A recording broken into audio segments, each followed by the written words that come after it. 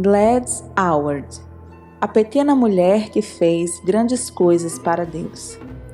Gladys nasceu em Londres, veio de uma família operária e começou a trabalhar como criada de quartos muito cedo, aos 14 anos de idade, para ajudar no sustento da família. Apesar de seus pais serem crentes, Gladys entregou sua vida a Jesus apenas com 25 anos de idade e logo consagrou sua vida ao Senhor, inclusive para ser missionária. Seu sonho era servir na distante China. Ela se inscreveu para um treinamento missionário na missão para o interior da China, mas foi recusada pela missão devido à sua pouca instrução, que lhe impediu de se sair bem nas aulas e treinamentos. Mas apesar disso, Gladys não desistiu. Ela voltou a trabalhar como criada, depositava semanalmente quase todo o seu salário com o agente de passagens para comprar uma passagem de trem só de ida. Estudava a língua e a cultura chinesa sempre que podia e fez contato com uma missionária idosa e viúva, Jenny Lawson, que vivia na China e precisava de alguém para ajudá-la. Mesmo com todo esse esforço, somente após quase 3 anos de grandes sacrifícios e muita perseverança, foi que Gladys finalmente conseguiu. No dia 15 de outubro de 1932, partiu sozinha de Londres para a distante e desconhecida China, apenas com 2 malas, uma delas cheia de alimentos, um casaco velho, um pequeno fogão e panelas. Gladys enfrentou muitos perigos, viajou de barco e de trem, teve que viajar com pessoas rudes, esquisitas e que não falavam a sua língua. Fez um longo e perigosíssimo percurso a pé e de noite, seguindo apenas os trilhos do trem. Após 22 dias exaustivos de viagem, chegou à China no dia 7 de novembro de 1932, mas ainda teve que viajar mais 8 dias em lombos de mulas pelas trilhas e montanhas chinesas até chegar ao vilarejo de Yancheng. Assim que chegou, foi recebida pela senhora Lawson e começou imediatamente a trabalhar. Havia muito serviço pesado e a senhora Lawson lutava com a falta de sustento e a pressão da missão para ela retornar à Inglaterra. Foi então que elas tiveram a ideia de montar uma pousada na casa da senhora Lawson, a pousada da Sexta Felicidade. Assim, teriam ajuda no sustento e ainda evangelizariam os hóspedes. Começaram a receber os viajantes à força, mas eles gostaram, voltaram e ainda divulgaram para outras caravanas que a pousada das estrangeiras era boa e lá ouviam boas histórias. Assim, elas lhes contavam histórias da Bíblia e alguns se converteram. Após a morte da senhora Lawson, Gladys teve perigo de voltar para a Inglaterra, pois não tinha sustento de nenhuma missão. Mas ela confiou em Deus, orou e esperou no Senhor. E a resposta de Deus se deu num milagre. O mandarim, sabendo de sua boa reputação no lugar, a convidou para ser inspetora de pés. E ela ainda seria paga para exercer essa tarefa. Gladys ajudou aos chineses com o seu amor, e eles percebiam que havia algo diferente nela. Diziam que ela tinha o Deus vivo dentro dela.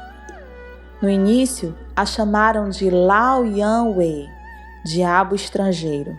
E agora, por seu amor às crianças e às famílias chinesas, os chineses a chamavam de Jenai, aquela que ama o povo.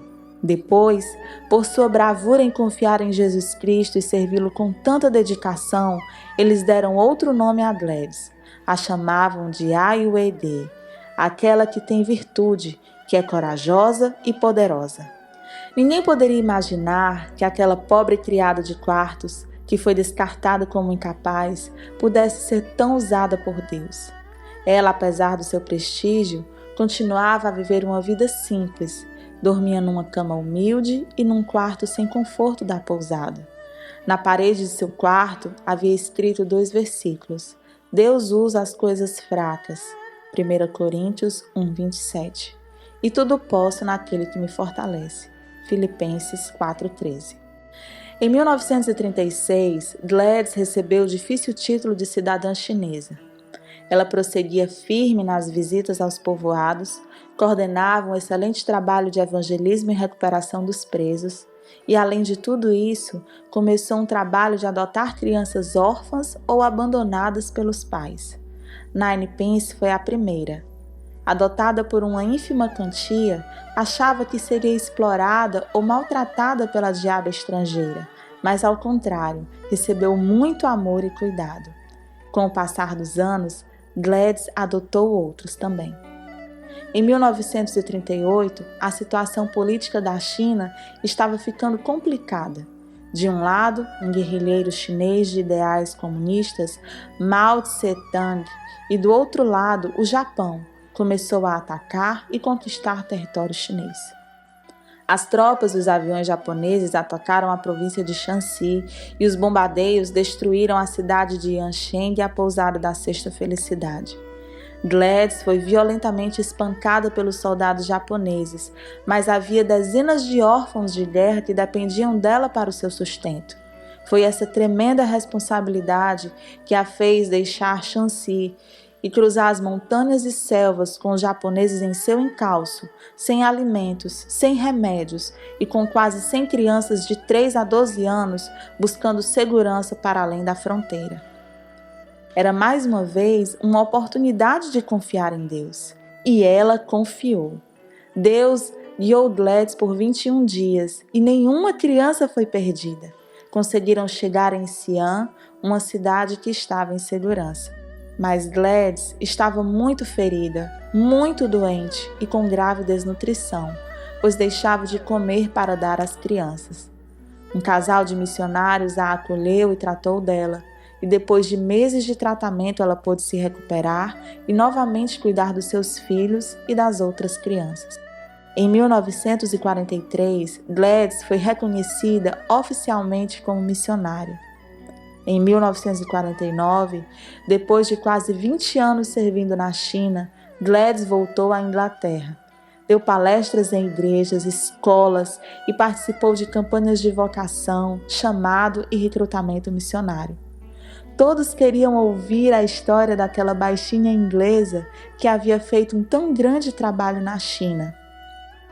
Gladys ficou mais famosa ainda depois que sua biografia foi publicada e a BBC de Londres fez um documentário sobre a sua vida. Depois do lançamento do filme A Morada da Sexta Felicidade, ela recebeu convites de igrejas e de seminários dos Estados Unidos e de várias partes do mundo para falar sobre missões. Na década de 50, Gladys tentou voltar para a China, mas a China se tornara comunista e oficialmente anticristã, inclusive perseguindo os crentes, e ela teve sua entrada proibida. Mas ela não desistiu, e em 1957 foi para Taiwan, perto da China, e lá continuou seu trabalho e fundou um orfanato para cuidar das crianças desamparadas. No dia 3 de janeiro de 1970, aos 67 anos de idade, o Senhor a levou para o lar celestial após grandes serviços, ter fundado igrejas na China e em Taiwan, ter cuidado de centenas de crianças, de leprosos e de ter levado a tantas pessoas em tantos lugares inóspitos e distantes da salvação em Cristo. Sua vida é ainda hoje um exemplo do poder gracioso do Senhor Deus em usar as pessoas humildes e fracas para que realizem grandes e maravilhosas coisas para Deus. Porque vede, irmãos, a vossa vocação, que não são muitos os sábios segundo a carne, nem muitos os poderosos, nem muitos os nobres que são chamados. Mas Deus escolheu as coisas loucas deste mundo para confundir as sábias, e Deus escolheu as coisas fracas deste mundo para confundir as fortes. 1 Coríntios 1, 26 e 27.